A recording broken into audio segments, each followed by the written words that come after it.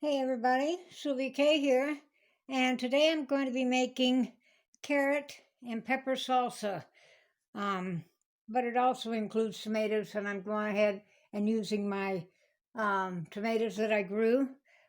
So 3 cups of shredded carrots, 6 cups of um, skinned and chopped tomatoes, a half a cup of chopped onion, and about a half a cup of jalapenos.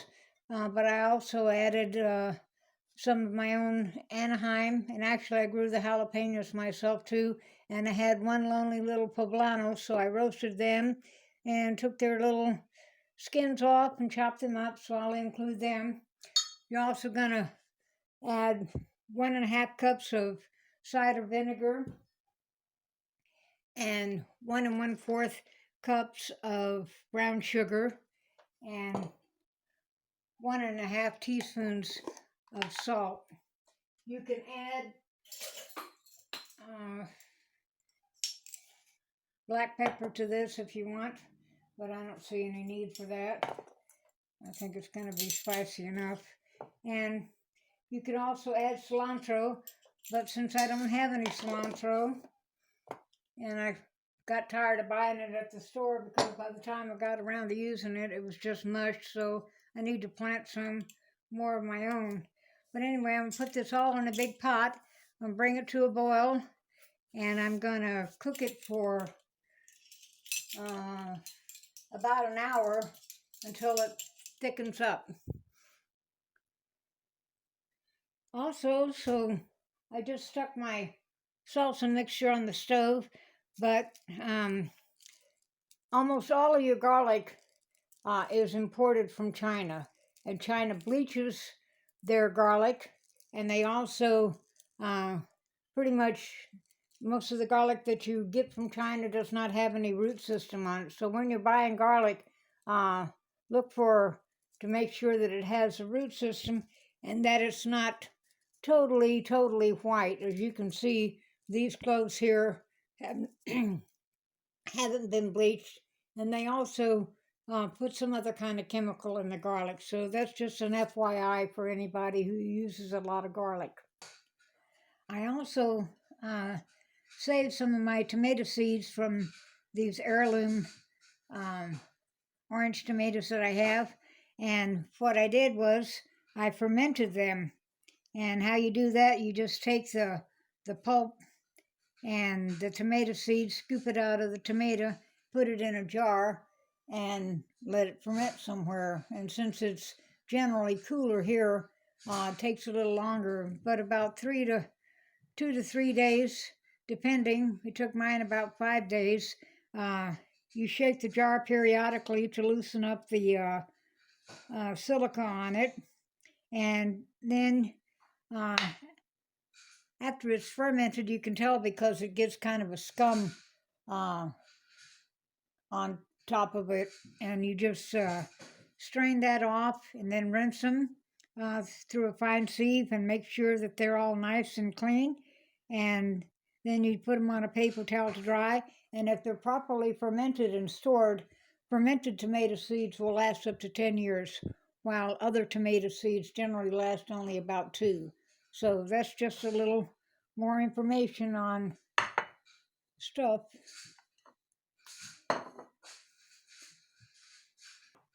And while my stuff is cooking, I'm also going to make some more vanilla extract. I got these vanilla beans online, and they're from Spice Bay Foods, and it says Madagascar bourbon vanilla beans.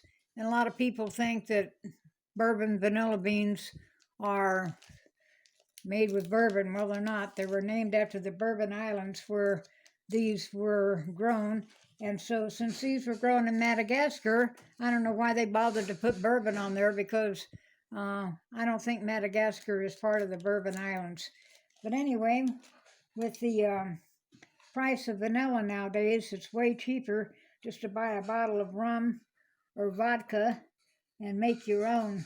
Because I'm not paying $40 for 16 ounces of vanilla. I can tell you that right now. I did a way long time ago. Yeah, well, I was noticing that it was just going up, up in price. And so I got, I think, the last bottle of it while it was still high, but still not outrageous. And the same thing is going to be with chocolate.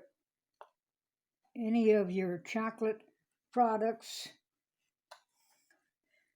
your cocoa powder, anything, better start stocking up on that, because that's just going to go up, up in price as well.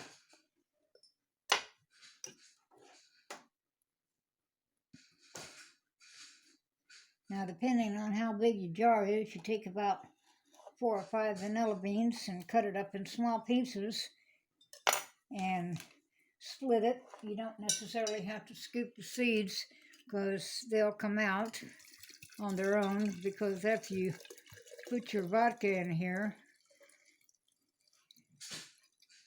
you're going to shake your jar periodically for a few months, and the longer it sits, the more flavorful and stronger it gets. I have made vanilla extract with my own vanilla, but since the pigs and the storms have torn up my vanilla, I haven't had a chance to take very good care of it.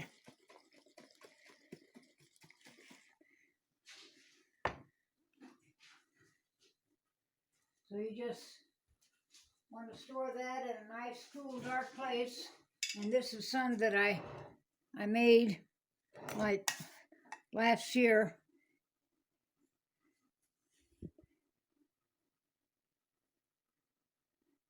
And as you can see, it looks pretty nice and dark, and it's very flavorful, and it's way better than any vanilla that you're going to buy at the store.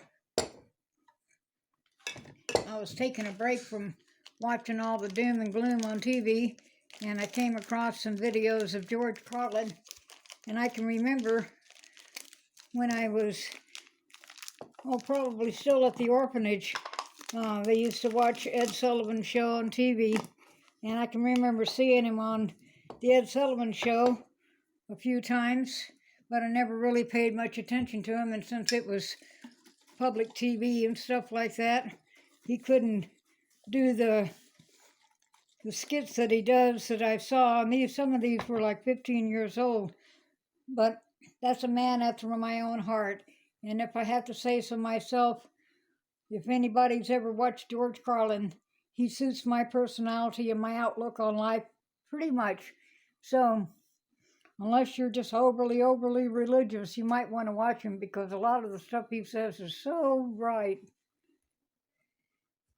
And also I saw where they did a comparison on bottled water and which was the best bottled water.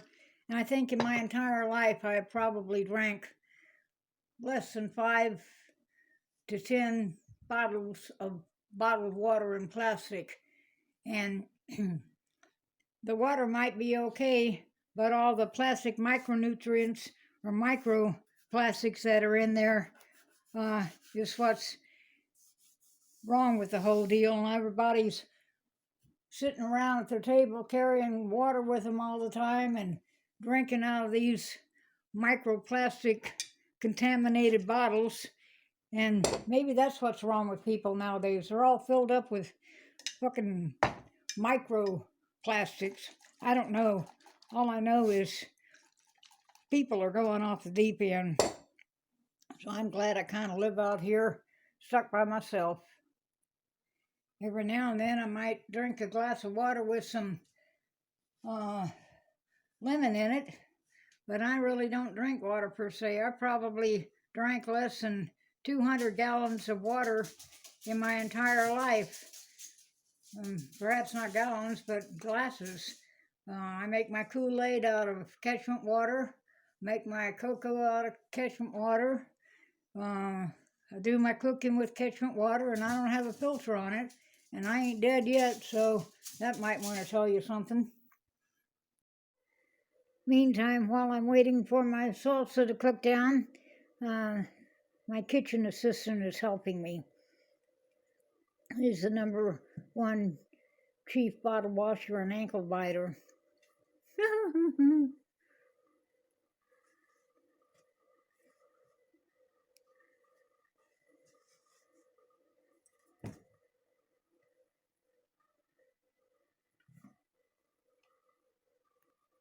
You know, there happens to be meat under there, and you don't care.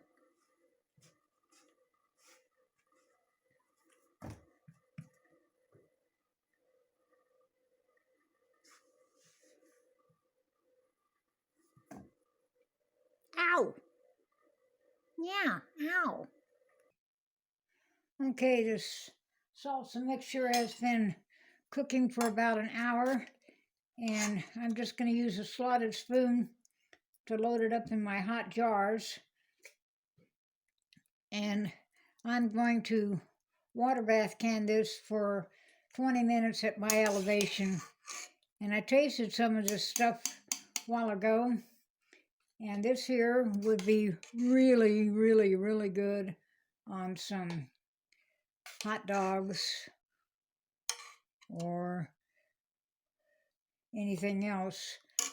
You usually don't put salsa on hot dogs, but this particular salsa that I just made is really kind of more like a relish than a salsa,